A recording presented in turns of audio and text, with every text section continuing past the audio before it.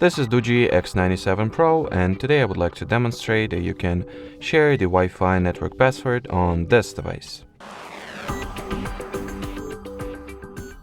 So firstly, you will need to open Settings, then enter the Wi-Fi category, then assuming that the network that you would like to connect, assuming that the Wi-Fi network you would like to reveal the password of is the same network you are currently connected to, you gotta tap on it like that.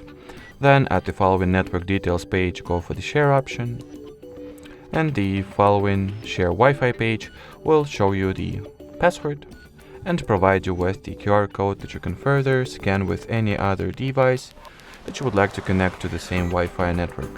Alrighty, so that will be it for today. Thanks for watching, and bye bye.